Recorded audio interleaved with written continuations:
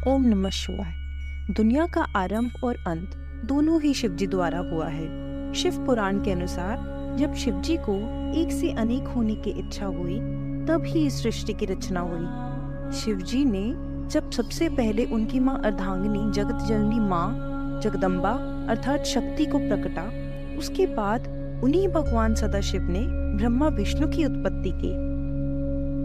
महाशक्ति उमा को प्रकट करने के बाद उनके मन में आया कि कोई रचनात्मक कार्य किया जाए। तब उन्होंने भगवान भगवती उमा से कहा कि हे प्रिय, हमें एक ऐसा मनुष्य उत्पन्न करना चाहिए जो सब विद्याओं में पारंगत हो और जिसके ऊपर हम संपूर्ण संसार का भार छोड़ सकें। शिवजी के मुख से निकले हुए इन शब्दों को सुनकर भगवती जगदम्बा जी ने अपनी बाईं ओर देखा तो उनकी इच्छा से तुरंत ही एक मनुष्य की उत्पत्ति हुई। वह मनुष्य अत्यंत रूपवान, कलवान, बुद्धिमान तथा शीलवान। उसका संपूर्ण शरीर श्याम वर्ण चंद्रमा जैसा था। उसका प्रत्येक अंग सुडोल एवं परम सुंदर था। वह संपूर्ण विद्याओं का निधान, महाप्रतापी, सिद्ध रूप तथा पवित्र था।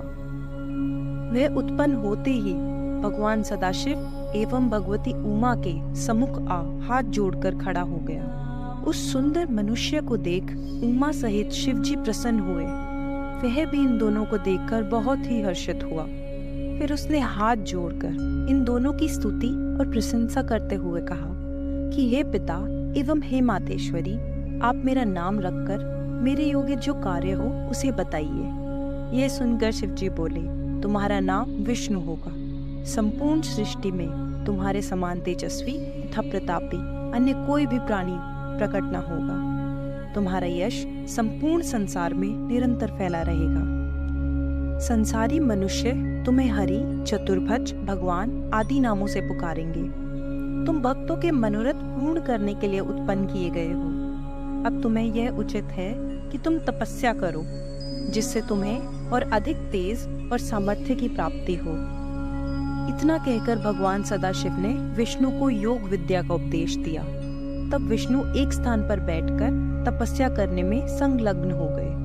वे दिव्य सहस्त्र वर्ष तक एक ही आसन पर बैठ योग साधना द्वारा भगवान सदाशिव का ध्यान करते रहे। परंतु जब उन्हें तपस्या का कुछ भी फल प्राप्त नहीं हुआ तो उन्हें हृदय में अत्यंत शोक हुआ। उसी समय जिस प्रकार वर्षा में बादल गरजते हैं, ठीक उसी प्रकार यह आकाशवाणी हुई, हे विष्णु, तुम मन लगाकर फिर से तप करो, क्योंकि हम सुगमता से किसी को दिखाई नहीं देते। उस आकाशवाणी को सुनकर उन्होंने पुनः अत्यंत कठिन तप करना प्रारंभ कर दिया, जिससे उनके पवित्र शरीर से इतना पसीना निकला कि एक नदी बह चली। उस अवस्था में बैठे हुए जब विष्णु मूर्छित हो गए, तब उनका नाम तीनों लोकों में हर नारायण प्रसिद्ध हुआ। वे इस प्रकार मूर्छित हुए जैसे कोई निद्रा में शयन कर रहा हो। उसी दशा में भगवान सदाशिव की इच्छा से उन विष्णु की नाभि से एक कमल की उत्पत्ति हुई। उस कमल में बहुत सी पंखुड़ियां थी। वह देखने में बहुत ऊंचा था, मनोहर था तथा लंबा था। इसके पश्चात शिव जी ने ब्रह्मा जी को अपनी दाहिनी भुजा से उत्पन्न किया और उसी कमल पर बैठा दिया। उनका रंग लाल था। उनके 4 मस्तक थे, चारों दिशाओं में खुले थे। उनके सभी अंग विष्णु के समान ही थे।